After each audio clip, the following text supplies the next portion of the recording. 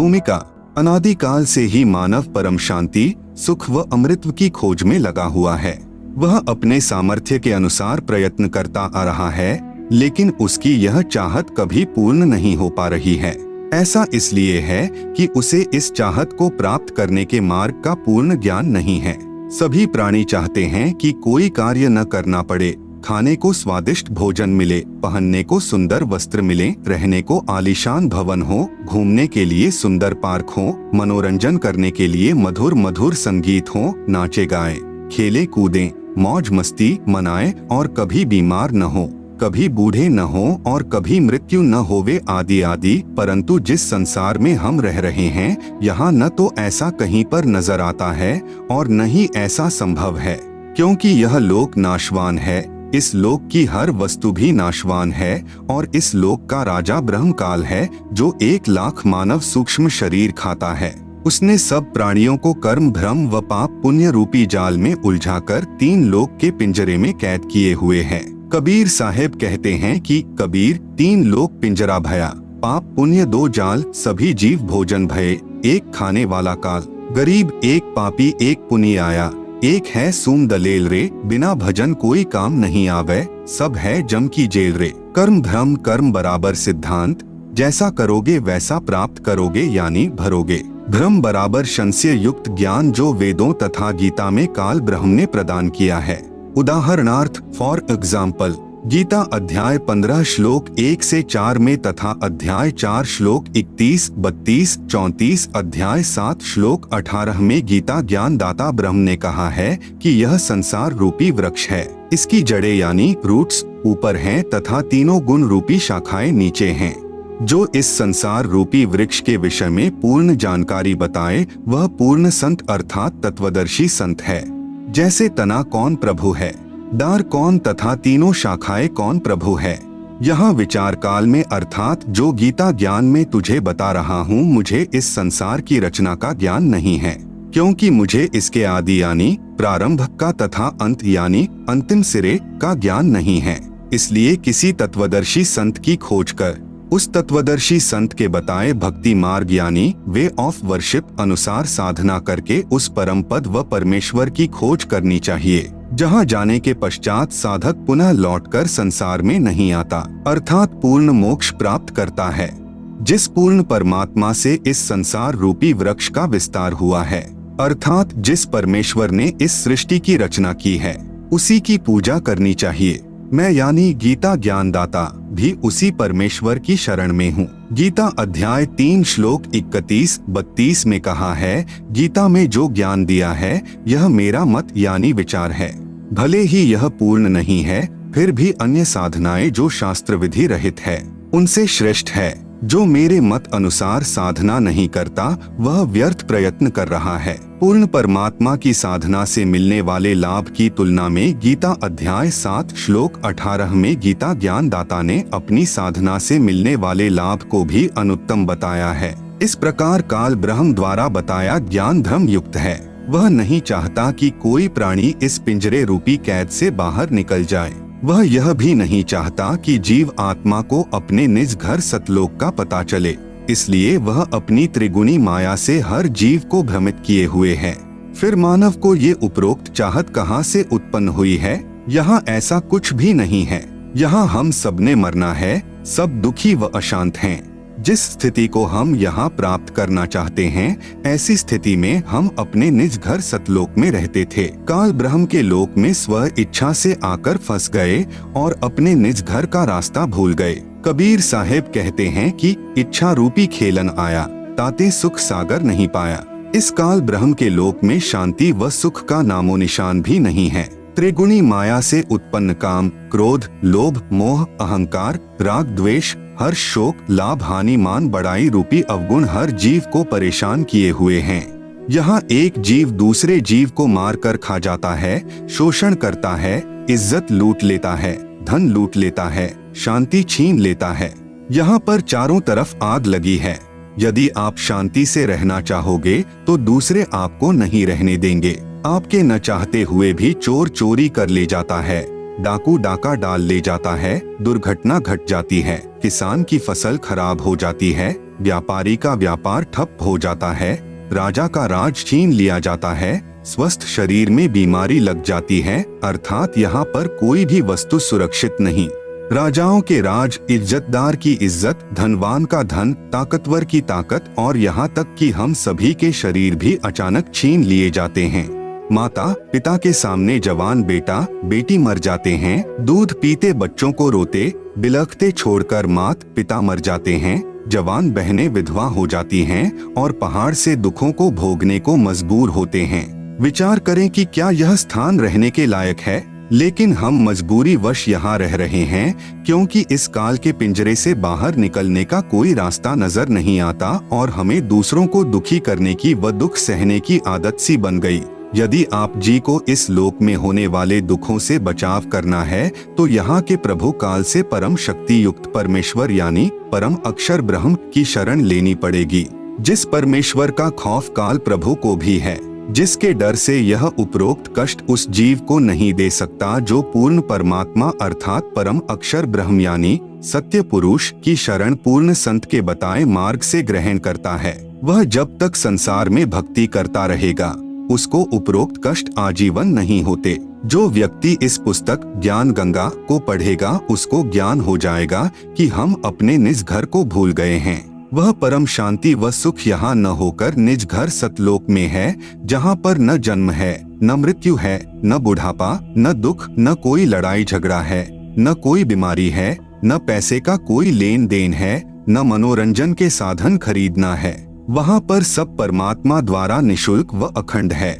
बंदी छोड़ गरीबदास जी महाराज की वाणी में प्रमाण है कि बिन ही मुख सारंग राग सुन, बिन ही तंती तार, बिना सुर अलगोजे बजै, नगर नाच घुमा, घंटा बाजै ताल नग, मंजीरे डफ झांझ, मुरली मधुर सुहावनी, निस्बासर और सांझ, बीन बिहंगम बाझी, तरक तंबूरे तीर, राग खंड नहीं होत है, बंध्या रहत समीर, तरक नहीं तोरा नहीं, ना ही कशीस कबाब, अमृत प्याले मध पीवे, जो भाटी चवै शराब, मतवाले मस्तानपुर, गली गली गुलजार, संख शराबी फिरत हैं, चलो तास बजार, संख संख पत्नी नाचें, गावे शब्द सुभान, चंद्र बदन सूरज मुखी, ना ही मान गुमा, संख हिंडोले नूर नग, झूले संत हजूर, तख्त धनी के पास कर, ऐसा मुलक जहूर, नदी नाव नाले बगै, छूटे फुहारे सुन्न, भरे होद सरवर सदा, नहीं पाप नहीं पुण्य, ना कोई भिक्षुक दान दे, ना कोई हार व्यवहार, ना कोई जन्मे मरे, ऐसा देश हमार, जहाँ संखो लहर मेहर की उपजय,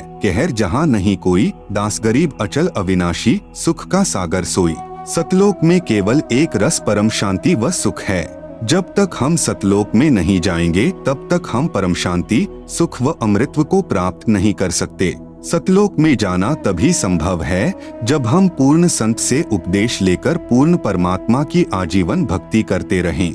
इस पुस्तक ज्ञान गंगा के माध्यम से जो हम संदेश देना चाहते हैं उसमें किसी देवी देवता व धर्म की बुराई न करके सर्व पवित्र धर्म ग्रंथों में छुपे गूढ़ रहस्य को उजागर करके यथार्थ भक्ति मार्ग बताना चाहा है, जो कि वर्तमान के सर्व संत महंत व आचार्य गुरु साहिबान शास्त्रों में छिपे गूढ़ रहस्य को समझ नहीं पाए। परम पूज्य कबीर साहेब जी अपनी वाणी में कहते हैं कि वेद कतेब झूठे ना भाई, झूठे हैं सो समझे नाही, जिस कारण भक्त समाज को अपार हानि हो रही है।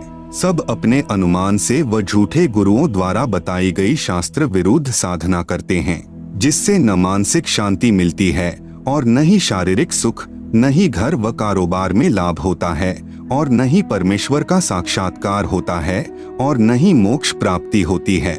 यह सब सुख कैसे मिले तथा यह जानने के लिए कि मैं कौन हूँ, कहाँ से आया हूँ, क्यों जन्म लेता हूँ, क्यों मरता हूँ और क्यों दुख भोगता हूँ, आखिर यह सब कौन करवा रहा है और परमेश्वर कौन है, कैसा है, कहाँ है तथा कैसे मिलेगा, और ब्रह्मा विष्णु और शिव के माता पिता कौन हैं और किस प्रकार से काल ब्रह्म की जेल से छुटकारा पाकर अपने निज घर यानी सतलोक में वापस जा सकते हैं। यह सब इस पुस्तक के माध्यम से दर्शाया गया है ताकि इसे पढ़कर आम भक्तात्मा का कल्याण संभव हो सके।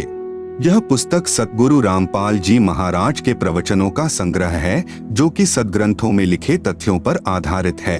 हमें पूर्ण विश्वास है कि जो पाठक जन रुचि व निष्पक्ष भाव से पढ़कर अनुसरण करेगा उसका कल्याण संभव है। आत्म प्राण उद्धार ही ऐसा धर्म नहीं और कोटि अश्वमेघ यज्ञ सकल समाना भय।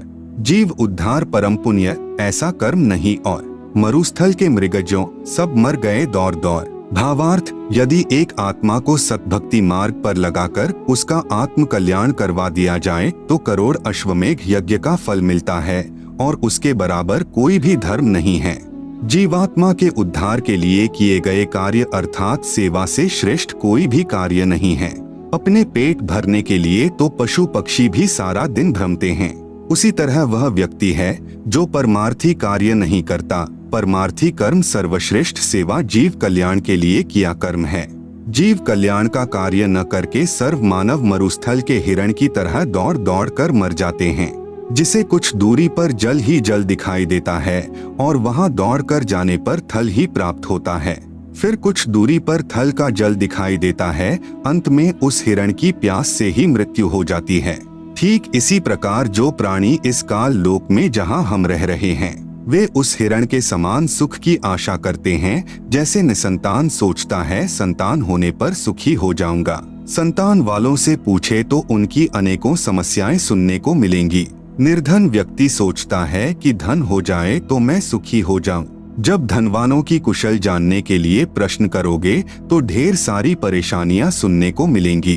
कोई राज्य प्राप्ति से सुख मानता है, यह उसकी महाभूल है। राजा यानी मंत्री, मुख्यमंत्री, प्रधानमंत्री, राष्ट्रपति को स्वप्न में भी सुख नहीं होता। जैसे 4-5 सदस्यों के परिवार का मुखिया अपने परिवार के प्रबंध में कितना परेशान रहता है, राजा तो एक क्षेत्र का मुखिया होता है, उसके प्रबंध में सुख स्वप्न में भी नहीं होता। राजा लोग शराब पीकर कुछ गम भुलाते हैं, माया इकट्ठा करने के लिए जनता से कर यानी टैक्स लेते हैं। फिर अगले जन्मों में जो राजा सत्य भक्ति नहीं करते, पशु योनियों को प्राप्त होकर प्रत्येक व्यक्ति से वसूले कर यानी टैक्स को उनके पशु बनकर लौटाते हैं। जो व्यक्ति मनमुखी होकर तथा झूठे गुरुओं से दीक्षित होकर भक्ति तथा धर्म करते हैं, वे सोचते हैं कि भविष्य में सुख होगा, लेकिन इसके विपरीत दुख ही प्राप्त होता है। कबीर साहब कहते हैं कि मेरा यह ज्ञान ऐसा है कि यदि ज्ञानी पुरुष होगा तो इसे सुनकर हृदय में बसा लेगा और यदि मूर्ख होगा तो उसकी समझ से बाहर है। कबीर, ज्ञानी हो तो हृदय लगाई, मूर्ख हो तो गम ना पाई। अधिक जानकारी के लिए कृपया प्रवेश करें इस पुस्तक ज्ञान गंगा में। इस पुस्तक को पढ़कर सुप्रीम कोर्ट के वरिष्ठ अधिवक्ता श्री सुरेश चंद्र ने कहा, इस पुस्तक का नाम तो ज्ञान सागर होना चाहिए। कलयुग में सत्ययुग, संत रामपाल जी के सत्संग वचनों से उद्घृत। सत्ययुग उस समय को कहते हैं जिस युग में अधर्म नहीं होता, शांति होती है, पिता से पहले पुत्र की मृत्यु नहीं होती, स्त्री विधवा नहीं होती, रोग रहित शरीर होता है, सर्व मानव भक्ति करते हैं, परमात्मा से डरने वाले होते हैं क्योंकि वे आध्यात्मिक ज्ञान के सर्व कर्मों से परिचित होते हैं, मन कर्म वचन से किसी को पीड़ा नहीं देते तथा दुराचारी नहीं होते, जति सती स्त्री पुरुष होते हैं, वृक्षों की अधिकता होती है, सर्व मनुष्य वेदों के आधार से भक्ति करते हैं। वर्तमान में कलयुग है, इसमें अधर्म बढ़ चुका है। कलयुग में मानव की भक्ति के प्रति आस्था कम हो जाती है या तो भक्ति करते ही नहीं, यदि करते हैं तो शास्त्र विधि त्याग कर मनमानी भक्ति करते हैं, जो श्रीमद् भगवत गीता अध्याय 16 श्लोक 23-24 में वर्जित हैं, जिस कारण से परमात्मा से जो लाभ वांछित होता है वह प्राप्त नहीं होता। इसलिए अधिकतर मनुष्य नास्तिक हो जाते हैं। धनी बनने के लिए रिश्वत, चोरी, डाके डालने को माध्यम बनाते हैं, परंतु यह विधि धन लाभ की न होने के कारण परमात्मा के दोषी हो जाते हैं तथा प्राकृतिक कष्टों को झेलते हैं। परमेश्वर के विधान को मानव भूल जाता है कि किस्मत से अधिक प्राप्त नहीं हो सकता। यदि अन्य अवैध विधि से धन प्राप्त कर लिया तो वह रहेगा नहीं। जैसे एक व्यक्ति अपने पुत्र को सुखी देखने के लिए अवैध विधि से धन प्राप्ति करता था, कुछ दिनों पश्चात उसके पुत्र के दोनों गुर्दे खराब हो गए। जैसे तैसे करके गुर्दे बदलवाए 3 लाख रुपए खर्च हुआ। जो धन अवैध विधि से जोड़ा था वह सर्व खर्च हो गया तथा कुछ रुपए कर्जा भी हो गया। फिर लड़के का विवाह किया। 6 महीने के पश्चात बस दुर्घटना में इकलौता पुत्र मृत्यु को प्राप्त हुआ। अब न तो पुत्र रहा और न ही अवैध विधि से अर्जित किया गया धन। शेष क्या रहा? अवैध विधि से धन संग्रह करने में किए हुए पाप जो अभी शेष हैं, उनको भोगने के लिए जिससे पैसे ऐंठे थे, उनका पशु यानी गधा, बैल, गाय बनकर पूरे करेगा। परंतु परम अक्षर ब्रह्म की शास्त्रानुकूल साधना करने वाले भक्त की किस्मत को परमेश्वर बदल देता है, क्योंकि परमेश्वर के गुणों में लिखा है कि परमात्मा निर्धन को धनवान बना देता है। सत्ययुग में कोई भी प्राणी मांस, तंबाकू, मदिरा सेवन नहीं करता, क्योंकि वे इनसे होने वाले पापों से परिचित होते हैं। मांस खाना पाप है। एक समय एक संत अपने शिष्य के साथ कहीं जा रहा था। वहाँ पर एक मछियारा तालाब से मछलियाँ पकड़ रहा था। मछलियाँ जल से बाहर तड़फ तड़फ कर प्राण त्याग रही थी। शिष्य ने पूछा, हे गुरुदेव, इस अपराधी प्राणी को क्या दंड मिलेगा? गुरुजी ने कहा, बेटा, समय आने पर बताऊंगा। 4-5 वर्ष के पश्चात दोनों गुरु शिष्य कहीं जाने के लिए जंगल से गुजर रहे थे। वहाँ पर एक हाथी का बच्चा चिल्ला रहा था। उछल कूद करते समय हाथी का बच्चा 2 निकट उगे वृक्षों के बीच में फंस गया। वह निकल तो गया, परंतु निकलने के प्रयत्न में उसका सर्व शरीर छिल गया था तथा उसके शरीर में जख्म हो गए थे। उसके सारे शरीर में कीड़े चल रहे थे जो उसको नोच रहे थे। वह हाथी का बच्चा बुरी तरह चिल्ला रहा था। शिष्य ने गुरुजी से पूछा कि हे गुरुदेव, यह प्राणी कौन से पाप का दंड भोग रहा है? गुरुदेव ने कहा, पुत्र, यह वही मछियारा है जो उस शहर के बाहर जलाशय से मछलियां निकाल रहा था। मदिरा यानी शराब पीना कितना पाप है। शराब पीने वाले को 70 जन्म कुत्ते के भोगने पड़ते हैं। मल मूत्र खाता पीता फिरता है। अन्य कष्ट भी बहुत सारे भोगने पड़ते हैं तथा शराब शरीर में भी बहुत हानि करती है। शरीर के 4 महत्वपूर्ण अंग होते हैं, फेफड़े, लीवर, गुर्दे तथा हृदय। शराब इन चारों को क्षति पहुंचाती है। शराब पीकर मानव न रहकर पशु तुल्य गतिविधि करने लगता है। कीचड़ में गिर जाना, कपड़ों में मलमूत्र तथा वमन कर देना, धन हानि, मान हानि, घर में अशांति आदि मदिरा पान के कारण होते हैं। मदिरा सत्ययुग में प्रयोग नहीं होती। सत्ययुग में सर्व मानव परमात्मा के विधान से परिचित होते हैं, जिस कारण सुख का जीवन व्यतीत करते हैं। गरीब मदिरा पीवे कड़वा पानी, 70 जन्म स्वान के जानी। दुराचार करना कितना पाप है। परद्वारा स्त्री का खोले, 70 जन्म अंधा हो डोले। पूज्य कबीर परमेश्वर जी ने बताया है कि जो व्यक्ति किसी परस्त्री के साथ दुष्कर्म करता है तो वह 70 जन्म अंधे का जीवन भोगता है। बुद्धिमान व्यक्ति ऐसी आफत कभी मोल नहीं लेता। मूर्ख ही ऐसा कार्य करता है। जैसे आग में हाथ डालने का अर्थ मौत मोल लेना है। जैसे कोई व्यक्ति किसी अन्य के खेत में बीज डालता है तो वह महामूर्ख है। बुद्धिमान व्यक्ति ऐसा कभी नहीं कर सकता। वैश्यागमन को ऐसा जानो जैसे कुर्डियों पर गेहूं का बहुमूल्य बीज का थैला भर कर डालाए। यह क्रिया बुद्धिमान व्यक्ति नहीं कर सकता, या तो महामूर्ख या शराबी निर्लज अर्थात घंड व्यक्ति ही किया करता है। विचारणीय विषय है कि जो पदार्थ शरीर से नाश होते हुए आनंद का अनुभव कराता है, यदि वह शरीर में सुरक्षित रखा जाए तो कितना आनंद देगा। दीर्घायु, स्वस्थ शरीर, स्वस्थ मस्तिष्क, शूरवीरता तथा स्फूर्ति प्रदान करता है। जिस पदार्थ से अनमोल बच्चा प्राप्त होता है, उसका नाश करना बच्चे की हत्या करने तुल्य है। इसलिए दुराचार तथा अनावश्यक भोग विलास वर्जित है। तंबाकू सेवन कितना पाप है। परमेश्वर कबीर जी ने बताया है, सुरापान मध मांसाहारी, गमन करे भोगे पर नारी, 70 जन्म कटत हैं, शीशम साक्षी साहिब है जगदीशम। पर द्वारा स्त्री का खोले, 70 जन्म अंधा हो डोले। 100 नारी जारी करे, सुरापान 100 बार, एक चिलम हुक्का भरे, डूबे काली धार। जैसे कि ऊपर वर्णन किया है कि एक बार शराब पीने वाला 70 जन्म कुत्ते का जीवन भोगता है, फिर मल मूत्र खाता पीता फिरता है। परस्त्री गमन करने वाला 70 जन्म अंधे के भोगता है। मांस खाने वाला भी महाकष्ट का भागी होता है। उपरोक्त सर्व पाप 100 बार करने वाले को जो पाप होता है, वह एक बार हुक्का पीने वाले अर्थात तंबाकू सेवन करने वाले को सहयोग देने वाले को होता है। तंबाकू सेवन करने वाले हुक्का, सिगरेट, बीड़ी या अन्य विधि से सेवन करने वाले तंबाकू खाने वालों को क्या पाप लगेगा? घोर पाप का भागी होगा। एक व्यक्ति जो तंबाकू सेवन करता है जब वह हुक्का या बीड़ी सिगरेट पीकर धुआं छोड़ता है तो वह धुआं उसके छोटे छोटे बच्चों के शरीर में प्रवेश करके हानि करता है। वे बच्चे फिर शीघ्र बुराई को ग्रहण करते हैं तथा उनका स्वास्थ्य भी बिगड़ जाता है। अवतार की परिभाषा। अवतार का अर्थ है ऊंचे स्थान से नीचे स्थान पर उतरना।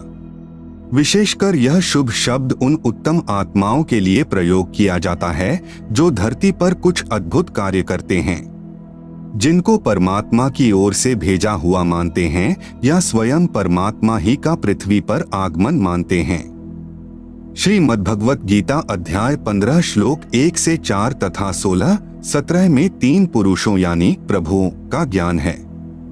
नंबर 1, क्षर पुरुष जिसे ब्रह्म भी कहते हैं, जिसका ओम नाम साधना का है, जिसका प्रमाण गीता अध्याय 8 श्लोक 13 में है। नंबर 2, अक्षर पुरुष जिसको परब्रह्म भी कहते हैं, जिसकी साधना का मंत्र तत् जो सांकेतिक है, प्रमाण गीता अध्याय 17 श्लोक 23 में है। नंबर 3, उत्तम पुरुष तू अन्य मतलब श्रेष्ठ पुरुष परमात्मा तो उपरोक्त दोनों पुरुषों यानी क्षर पुरुष तथा अक्षर पुरुष से अन्य है। वह परम अक्षर पुरुष है जिसे गीता अध्याय 8 श्लोक 1 के उत्तर में अध्याय 8 के श्लोक 3 में कहा है कि वह परम अक्षर ब्रह्म है। इसका जाप सत है जो सांकेतिक है। इसी परमेश्वर की प्राप्ति से साधक को परम शांति तथा सनातन परमधाम प्राप्त होगा। प्रमाण गीता अध्याय 18 श्लोक 62 में यह परमेश्वर यानी परम अक्षर ब्रह्म गीता ज्ञान दाता से भिन्न है। अधिक ज्ञान प्राप्ति के लिए कृपया पुस्तक धरती पर अवतार सतलोक आश्रम बरवाला से प्राप्त करें। अवतार 2 प्रकार के होते हैं, जैसे ऊपर कहा गया है। अब आप जी को पता चला कि मुख्य रूप से 3 पुरुष यानी प्रभु है, जिनका उल्लेख ऊपर कर दिया गया है। हमारे लिए मुख्य रूप से 2 प्रभुओं की भूमिका रहती है। नंबर 1, क्षर पुरुष यानी ब्रह्म जो गीता अध्याय 11 श्लोक 32 में अपने आप को काल कहता है। नंबर 2, परम अक्षर पुरुष यानी परम अक्षर ब्रह्म जिसके विषय में गीता अध्याय 8 श्लोक 3 तथा 8, 9, 10 में तथा गीता अध्याय 18 श्लोक 62 अध्याय 15 श्लोक 1 से 4 तथा 17 में कहा है। ब्रह्म यानी काल के अवतारों की जानकारी। गीता अध्याय 4 का श्लोक 7, यदा यदा हि धर्मस्य ग्लानिर्भवति भारत अभ्युत्थानमधर्मस्य तदात्मानं सृजाम्यहम्। यदा यदा हि धर्मस्य ग्लानिः भवति भारत अभ्युत्थानम् अधर्मस्य तदा आत्मानं सृजामि अहम्। अनुवाद भारत यानी हे भारत, यदा यदा यानी जब जब, धर्मस्य यानी धर्म की, ग्लानियः यानी हानि और अधर्मस्य यानी अधर्म की, अभ्युत्थानम यानी वृद्धि, भवति यानी होती है, तदा यानी तब, तब ही यानी ही, अहम यानी मैं, आत्मानम यानी अपना अंश, अवतार, सृजामि यानी रचता हूँ अर्थात उत्पन्न करता हूँ। जैसे श्रीमद् भगवत गीता अध्याय 4 श्लोक 7 में गीता ज्ञान दाता ने कहा है कि जब जब धर्म में घृणा उत्पन्न होती है, धर्म की हानि होती है तथा अधर्म की वृद्धि होती है, तो मैं काल यानी ब्रह्म यानी क्षर पुरुष अपने अंश अवतार सृजन करता हूँ अर्थात उत्पन्न करता हूँ। जैसे श्री रामचंद्र जी तथा श्री कृष्ण चंद्र जी को काल ब्रह्म ने ही पृथ्वी पर उत्पन्न किया था, जो स्वयं श्री विष्णु जी ही माने जाते हैं। इनके अतिरिक्त 8 अवतार और कहे गए हैं, जो श्री विष्णु जी स्वयं नहीं आते अपितु अपने लोक से अपने कृपा पात्र पवित्र आत्मा को भेजते हैं। वे भी अवतार कहलाते हैं। कहीं कहीं पर 25 अवतारों का भी उल्लेख पुराणों में आता है। काल ब्रह्म यानी क्षर पुरुष के भेजे हुए अवतार पृथ्वी पर बढ़े अधर्म का नाश कत्लेआम अर्थात संहार करके करते हैं। उदाहरण के रूप में श्री रामचंद्र जी तथा श्री कृष्णचंद्र जी, श्री परशुराम जी तथा श्री निहकलंक जी, जो अभी आना शेष है, जो कलयुग के अंत में आएगा। ये सर्व अवतार घोर संहार करके ही अधर्म का नाश करते हैं, अधर्मियों को मारकर शांति स्थापित करने की चेष्टा करते हैं। परंतु शांति की अपेक्षा अशांति ही बढ़ती है। जैसे श्री रामचंद्र जी ने रावण को मारने के लिए युद्ध किया, युद्ध में करोड़ों पुरुष मारे गए, जिनमें धर्मी तथा अधर्मी दोनों ही मारे गए। फिर उनकी पत्नियां तथा छोटे बड़े बच्चे शेष रहे, उनका जीवन नरक बन गया। विधवाओं को अन्य व्यक्तियों ने अपनी हवस का शिकार बनाया। निर्वाह की समस्या उत्पन्न हुई, आदि आदि अनेकों अशांति के कारण खड़े हो गए। यही विधि श्री कृष्ण जी ने अपनाई थी, यही विधि श्री परशुराम जी ने अपनाई थी। इसी विधि से 10वां अवतार काल ब्रह्म यानी शर पुरुष द्वारा उत्पन्न किया जाएगा। उसका नाम निकलंक होगा। वह कलयुग के अंतिम समय में उत्पन्न होगा, जो राजा हरिश्चंद्र वाली आत्मा होगी। संभल नगर में श्री विष्णु दत्त शर्मा के घर में जन्म लेगा। उस समय सर्व मानव अत्याचारी अन्यायी हो जाएंगे, उन सर्व को मारेगा। उस समय जिन जिन मनुष्य में परमात्मा का डर होगा, कुछ सदाचारी होंगे, उनको छोड़ जाएगा, अन्य सर्व को मार डालेगा। यह विधि है ब्रह्म यानी कालक्षर पुरुष के अवतारों की अधर्म का नाश करने तथा शांति स्थापना करने की। परम अक्षर ब्रह्म अर्थात सत्य पुरुष के अवतारों की जानकारी। नंबर 1, परम अक्षर ब्रह्म स्वयं पृथ्वी पर प्रकट होता है। वह सहशरीर आता है, सहशरीर लौट जाता है। यह लीला वह परमेश्वर 2 प्रकार से करता है। नंबर 1, प्रत्येक युग में शिशु रूप में किसी सरोवर में कमल के फूल पर वन में प्रकट होता है। वहां से निसंतान दंपति उसे उठा ले जाते हैं। फिर लीला करता हुआ बड़ा होता है तथा आध्यात्मिक ज्ञान प्रचार करके अधर्म का नाश करता है। सरोवर के जल में कमल के फूल पर अवतरित होने के कारण परमेश्वर नारायण कहलाता है। नार यानी जल, आयन यानी आने वाला, अर्थात जल पर निवास करने वाला नारायण कहलाता है। नंबर 2, जब चाहे साधु संत जिंदा के रूप में अपने सत्यलोक से पृथ्वी पर आ जाते हैं तथा अच्छी आत्माओं को ज्ञान देते हैं। फिर वे पुण्यात्माएं भी ज्ञान प्रचार करके अधर्म का नाश करते हैं। वे भी परमेश्वर के भेजे हुए अवतार होते हैं। कलयुग में ज्येष्ठ शुदी पूर्णमासी संवत 1455 सन 1398 को कबीर परमेश्वर सत्यलोक से चलकर आए तथा काशी शहर के लहरतारा नामक सरोवर में कमल के फूल पर शिशु रूप में विराजमान हुए। वहां से नीरू तथा नीमा जो जुलाहा यानी धानक दंपति थे, उन्हें उठा लाए। शिशु रूपधारी परमेश्वर कबीरदेव यानी कबीर परमेश्वर ने 25 दिन तक कुछ भी आहार नहीं किया। नीरू तथा नीमा उसी जन्म में ब्राह्मण थे, श्री शिव जी के पुजारी थे। मुसलमानों द्वारा बलपूर्वक मुसलमान बनाए जाने के कारण जुलाहे का कार्य करके निर्वाह करते थे। बच्चे की नाजुक हालत देखकर नीमा ने अपने इष्ट शिव जी को याद किया। शिव जी साधु वेश में वहां आए तथा बालक रूप में विराजमान कबीर परमेश्वर को देखा। बालक रूप में कबीर साहेब जी ने कहा, है शिव जी इन्हें कहो एक कुंवारी गाय लाएं, वह आपके आशीर्वाद से दूध देगी। ऐसा ही किया गया। कबीर परमेश्वर के आदेशानुसार भगवान शिव जी ने कुंवारी गाय की कमर पर थपकी लगाई। उसी समय बछिया के थनों से दूध की धार बहने लगी। एक कोरा मिट्टी का छोटा घड़ा नीचे रखा। पात्र भर जाने पर दूध बंद हो गया। फिर प्रतिदिन पात्र थनों के नीचे करते ही बछिया के थनों से दूध निकलता। उसको परमेश्वर कबीर जी पिया करते थे। जुलाहे के घर परवरिश होने के कारण बड़े होकर परमेश्वर कबीर जी भी जुलाहे का कार्य करने लगे तथा अपनी अच्छी आत्माओं को मिले, उनको तत्व ज्ञान समझाया तथा स्वयं भी तत्व ज्ञान प्रचार करके अधर्म का नाश किया तथा जिन जिन को परमेश्वर जिंदा महात्मा के रूप में मिले उनको सच्चखंड यानी सत्यलोक में ले गए तथा फिर वापस छोड़ा। उनको आध्यात्मिक ज्ञान दिया तथा अपने से परिचित कराया। वे उस परमेश्वर यानी सत्य पुरुष के अवतार थे। उन्होंने भी परमेश्वर से प्राप्त ज्ञान के आधार से अधर्म का नाश किया।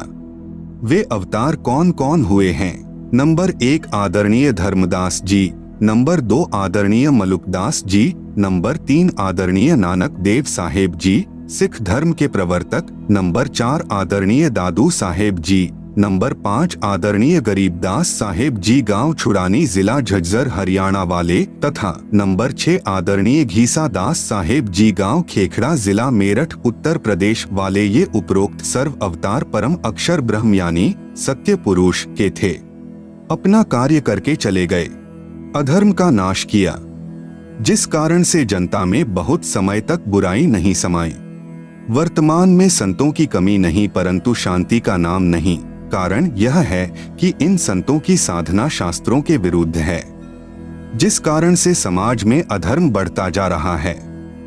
इन पंथों और संतों को सैकड़ों वर्ष हो गए ज्ञान प्रचार करते हुए परंतु अधर्म बढ़ता ही जा रहा है।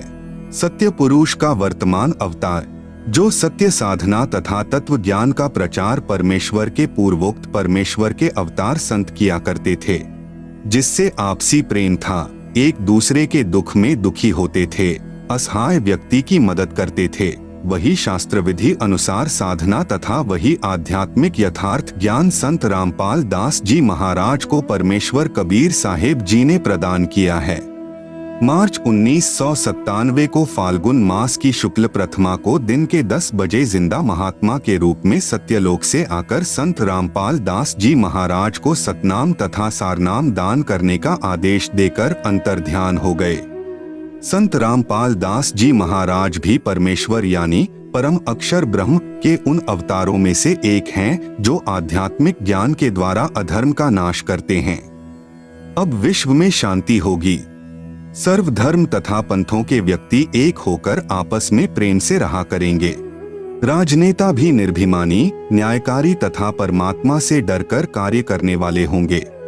जनता के सेवक बनकर निष्पक्ष कार्य किया करेंगे। धरती पर पुनः सत्ययुग जैसी स्थिति होगी। वर्तमान में धरती पर वह अवतार संत रामपाल दास जी हैं। अब घर घर में परमेश्वर के ज्ञान की चर्चा होगी। जहां गांव व शहरों में तथा पार्कों में बैठकर ताश खेलते हैं, कोई राजनीतिक बातें करता है, कोई अपने पुत्रों तथा पुत्र वधुओं की अच्छे या निकम्मे होने की चर्चा करते हैं, वहां परमेश्वर की महिमा की चर्चा होगी तथा ज्ञान गंगा पुस्तक में लिखे ज्ञान पर विचार हुआ करेगा। परमात्मा की महिमा करने मात्र से भी जीव पुण्य का भागी बनता है।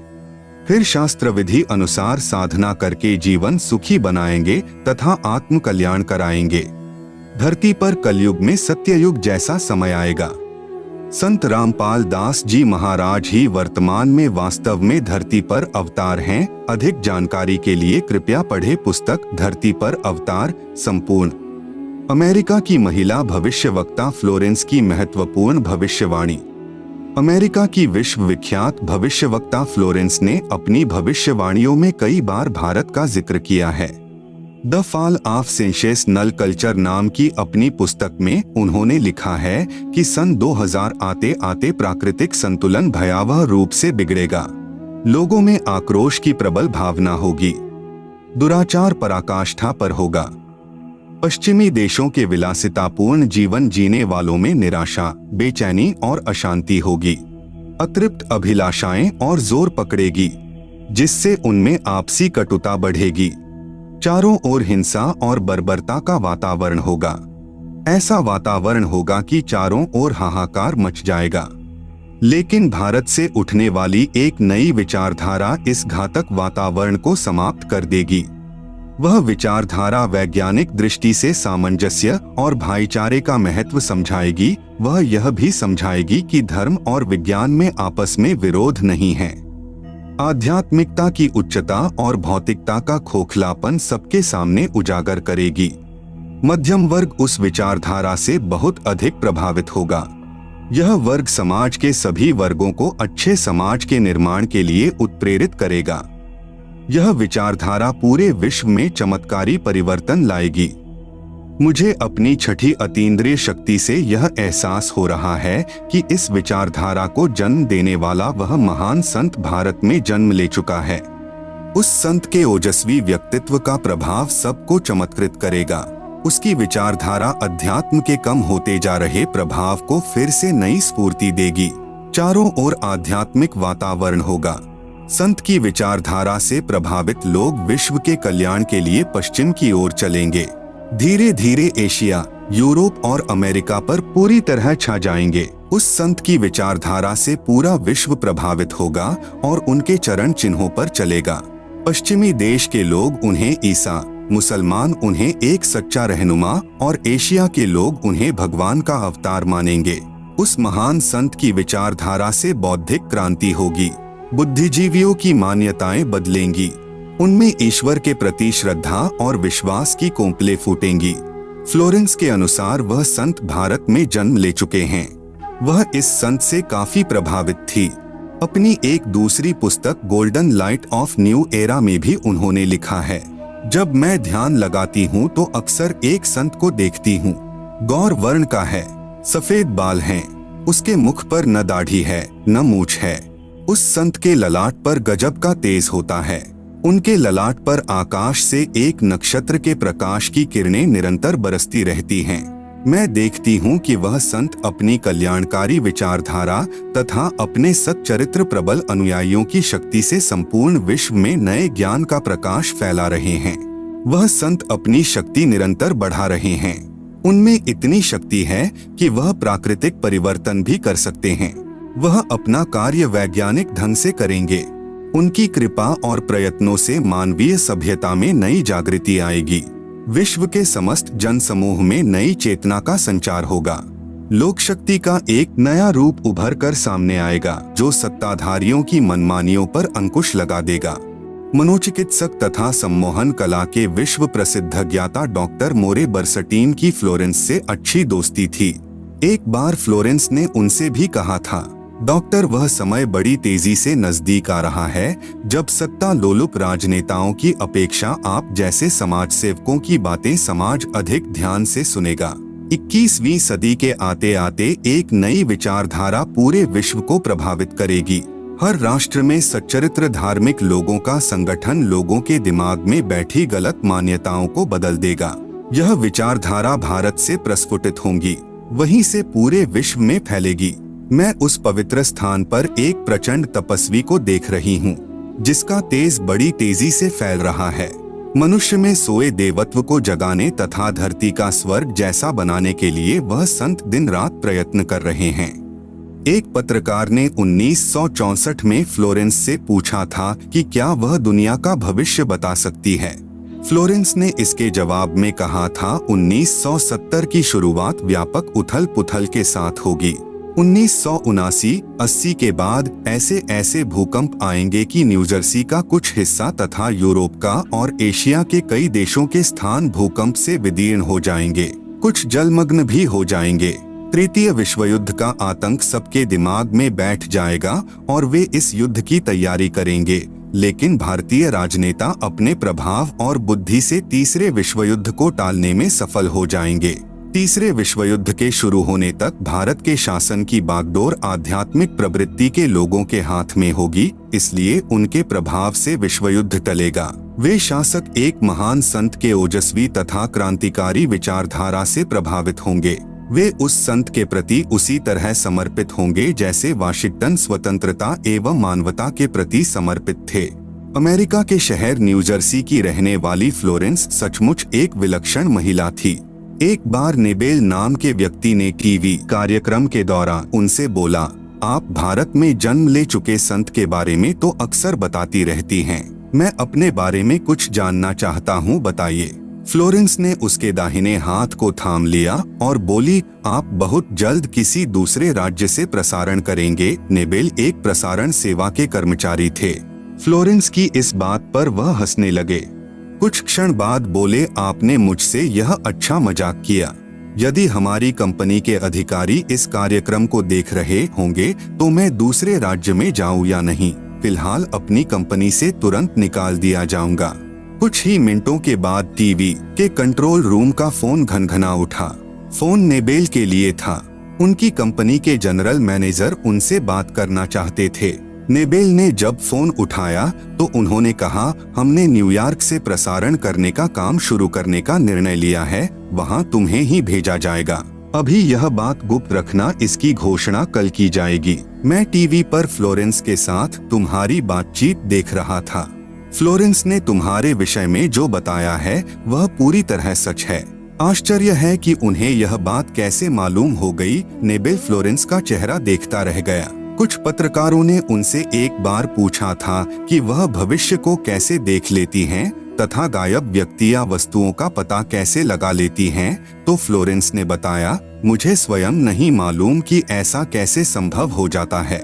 मैं भविष्य के विषय में एक बहुत महत्वपूर्ण बात बता रही हूँ। 20वीं शताब्दी के अंत में भारतवर्ष से एक प्रकाश निकलेगा। यह प्रकाश पूरी दुनिया को उन दैवी शक्तियों के विषय में जानकारी देगा जो अब तक हम सभी के लिए रहस्यमय बनी हुई हैं। देवी शक्तियों की जानकारी जो संत रामपाल दास जी महाराज द्वारा बताई गई हैं। कृपया पढ़ें इसी पुस्तक के पृष्ठ 22 पर। सृष्टि रचना, एक दिव्य महापुरुष द्वारा यह प्रकाश पूरे विश्व में फैलेगा। वह सभी को सतमार्ग पर चलने की प्रेरणा देगा। समस्त दुनिया में एक नई सोच की ज्योति फैलेगी। जब मैं ध्यानावस्था में होती हूँ तो अक्सर यह दिव्य महापुरुष मुझे दिखाई देते हैं। फ्लोरेंस ने बार बार इस संत या दिव्य महापुरुष का जिक्र किया है।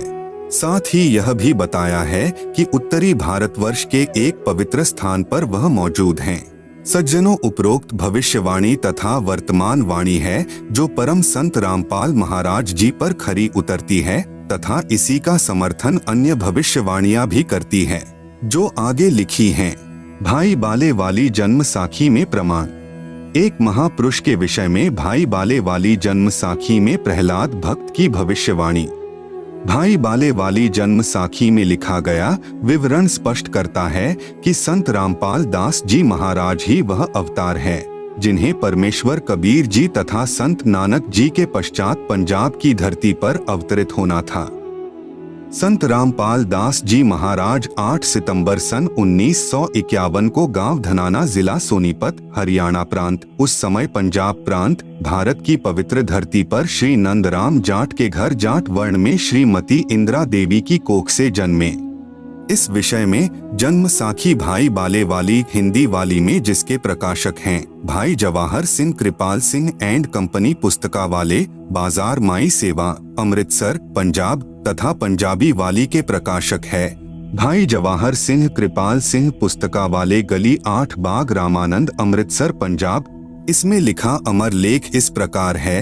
एक समय भाई बाला तथा मर्दाना को साथ लेकर सतगुरु नानक देव जी भक्त प्रहलाद जी के लोक में गए जो पृथ्वी से कई लाख कोस दूर अंतरिक्ष में है। प्रहलाद ने कहा कि हे नानक जी, आपको परमात्मा ने दिव्य दृष्टि दी तथा कलयुग में बड़ा भक्त बनाया है। आपका कलयुग में बहुत प्रताप होगा। यहाँ पर प्रहलाद के लोक में पहले कबीर जी आए थे या आज आप आए हो, एक और आएगा जो आप दोनों जैसा ही महापुरुष होगा। इन तीनों के अतिरिक्त यहाँ मेरे लोक में कोई नहीं आ सकता। भक्त बहुत हो चुके हैं, आगे भी होंगे, परंतु यहाँ मेरे लोक में वही पहुँच सकता है जो इन जैसी महिमा वाला होगा और कोई नहीं।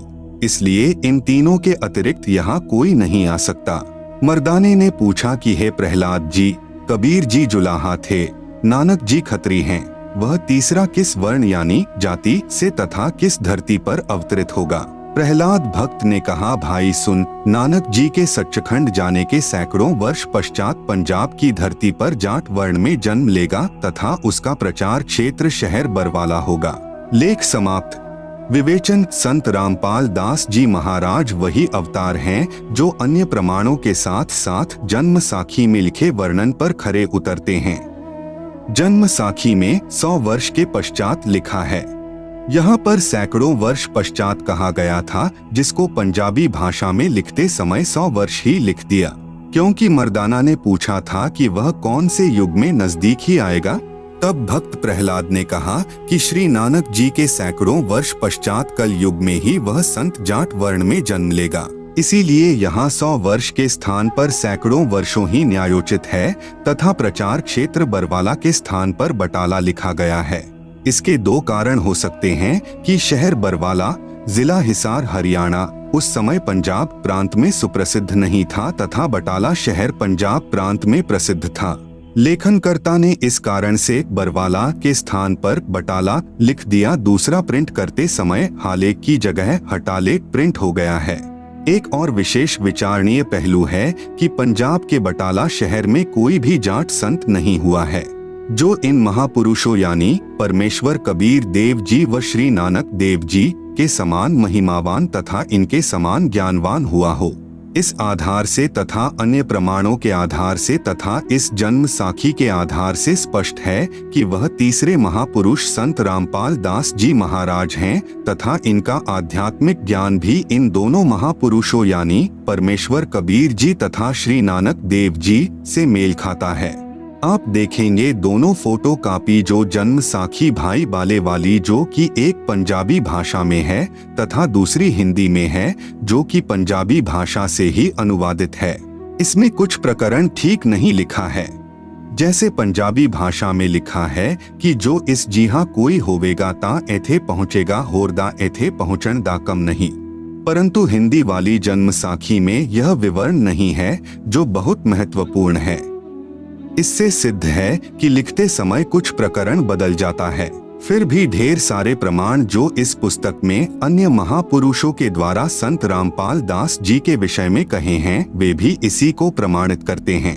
विशेष यदि कोई यह कहे कि जन्म साखी में लिखी व्याख्या संत गरीबदास जी गांव छुड़ानी वाले के लिए हैं, क्योंकि वे भी जाट जाति से थे तथा छुड़ानी गांव भी पहले पंजाब प्रांत के अंतर्गत आता था, यह भी उचित नहीं लगती, क्योंकि संत गरीबदास जी ने अपनी अमृतवाणी असुर निकंदन रमैणी में कहा है कि सतगुरु दिल्ली मंडल आयसी सूती धरनी सूम जगायसी। भावार्थ है कि संत गरीबदास जी के सतगुरु पूज्य कबीर साहेब जी थे।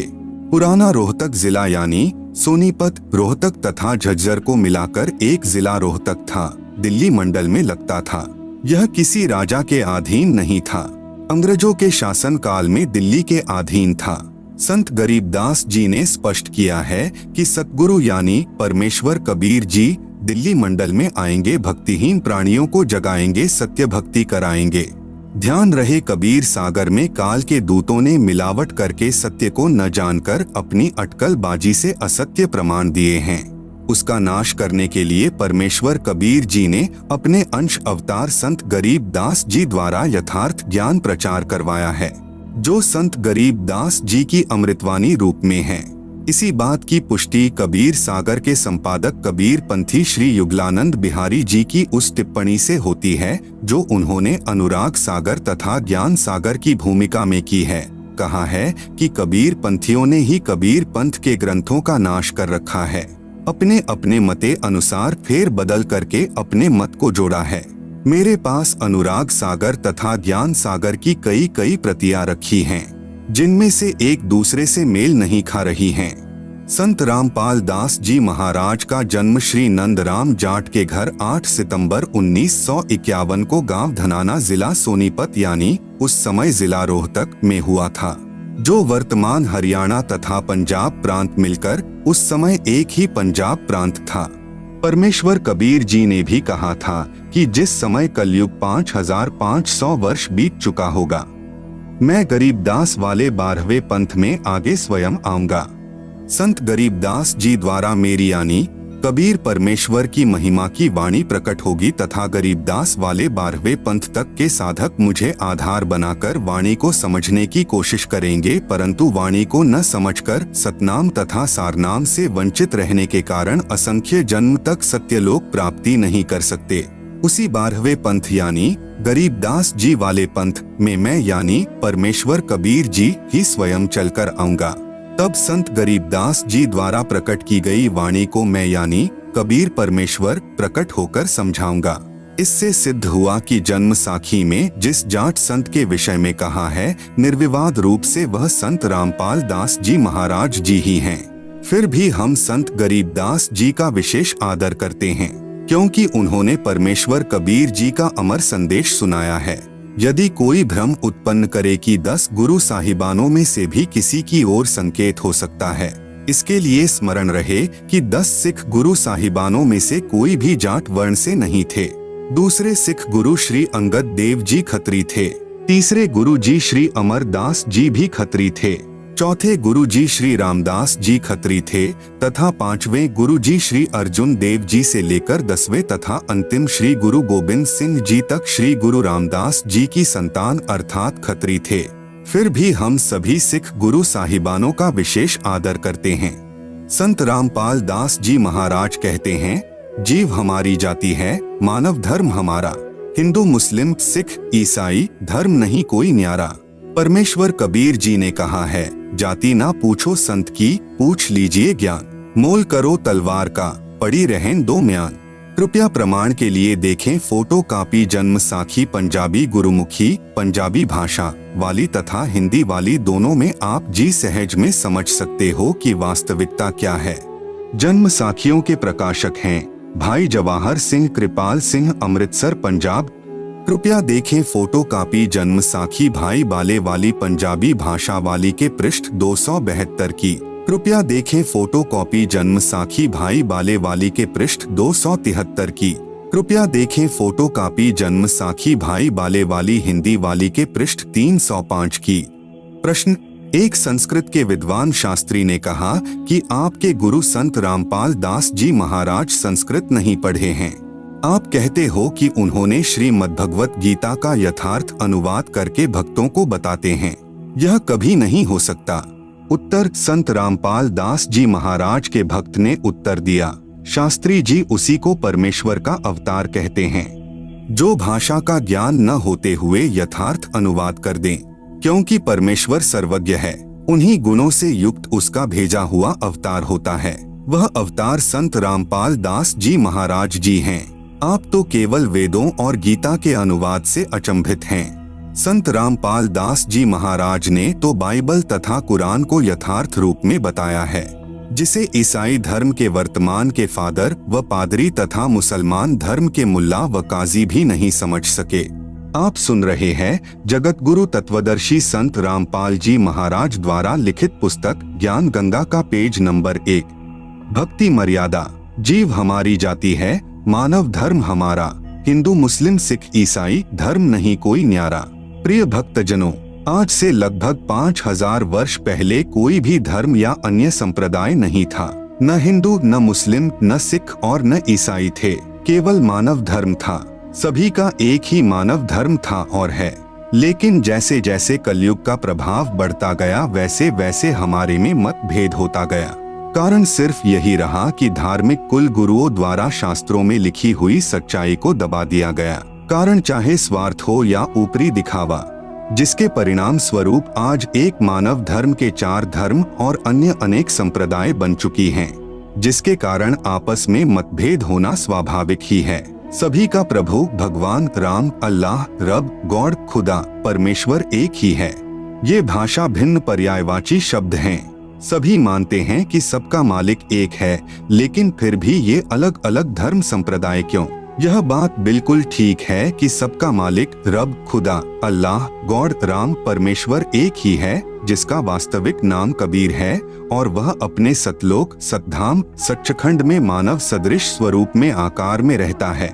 लेकिन अब हिंदू तो कहते हैं कि हमारा राम बड़ा है, मुस्लिम कहते हैं कि हमारा अल्लाह बड़ा है, ईसाई कहते हैं कि हमारा ईसा मसीह बड़ा और सिख कहते हैं कि हमारे गुरु नानक साहेब जी बड़े हैं। ऐसे कहते हैं जैसे 4 नादान बच्चे कहते हैं कि यह मेरा पापा, दूसरा कहेगा यह मेरा पापा है, तेरा नहीं है, तीसरा कहेगा यह तो मेरा पिताजी है जो सबसे बड़ा है, और फिर चौथा कहेगा कि अरे नहीं नादानो, यह मेरा डैडी है, तुम्हारा नहीं है, जबकि उन चारों का पिता वही एक ही है। इन्हीं नादान बच्चों की तरह आज हमारा मानव समाज लड़ रहा है। कोई कहे हमारा राम बड़ा है, कोई कहे खुदाई रे, कोई कहे हमारा ईसा मसीह बड़ा। ये बांटा रहे लगाई रे, जबकि हमारे सभी धार्मिक ग्रंथों व शास्त्रों में उस एक प्रभु, मालिक, रब, खुदा, अल्लाह, राम, साहेब, गॉड, परमेश्वर की प्रत्यक्ष नाम लिखकर महिमा गाई है कि वह एक मालिक प्रभु कबीर साहेब है, जो सतलोक में मानव सदृश स्वरूप में आकार में रहता है। वेद, गीता, कुरान, बाइबल और गुरु ग्रंथ साहेब ये सब लगभग मिलते जुलते ही हैं। यजुर्वेद के अध्याय 5 के श्लोक नंबर 32 में, सामवेद के मंत्र नंबर 1400-822 में, अथर्ववेद के कांड नंबर 4 के अनुवाक 1 के श्लोक नंबर 7, ऋग्वेद के मंडल 1 अध्याय 1 के सूक्त 11 के श्लोक नंबर 4 में कबीर नाम लिखकर बताया है कि पूर्ण ब्रह्म कबीर है जो सतलोक में आकार में रहता है। आप सुन रहे हैं जगत गुरु तत्वदर्शी संत रामपाल जी महाराज द्वारा लिखित पुस्तक ज्ञान गंगा का पेज नंबर 2। गीता जी चारों वेदों का संक्षिप्त सार है।